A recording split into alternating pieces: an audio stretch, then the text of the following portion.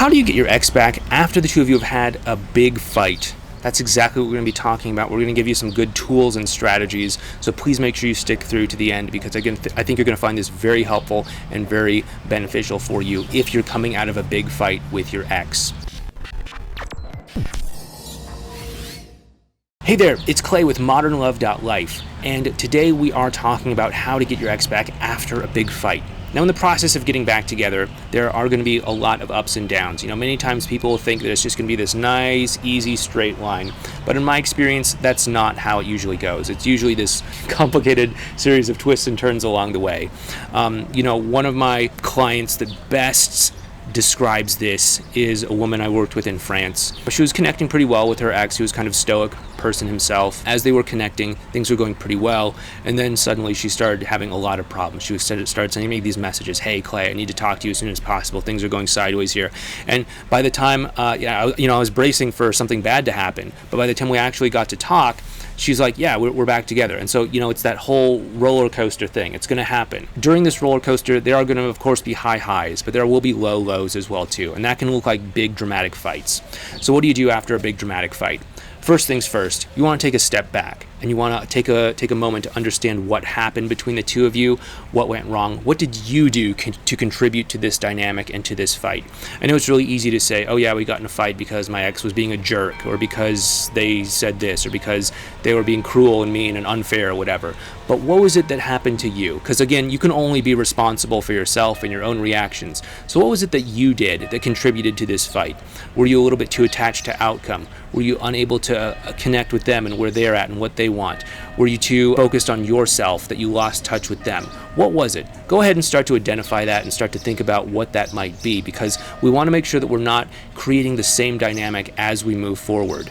The second thing that you want to do is you want to make sure that you're aligning yourself to the way of being that you're going to need to for the relationship that you want, right? So if you want to get back together, think about how you want to feel at the other end of that rainbow. Do you want to feel happy? Do you want to feel peace of mind? Do you want to feel loved? Do you want to feel connected? Do you want to feel self-expressed? And can you give yourself permission to feel that right now, rather than waiting for some external thing to give you permission to feel that way?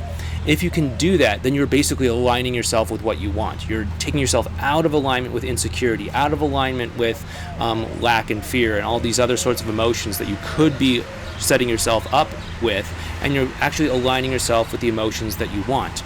If you want help with this, by the way, we have a whole 8-hour subliminal recording that you can listen to while you're sleeping. It's right up there. Go ahead and listen to it for the next month and just see what sort of interesting things start showing up in your life. It's going to start to reprogram your unconscious mind for success. So please go ahead and check that out. By the way, before we go ahead and get into some of the practical things that we're going to be talking about in this video, please make sure you like and subscribe to this channel.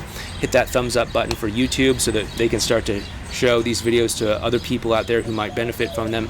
And please make sure you also subscribe and hit that bell icon as well, so that you can get notified when we publish and upload new videos.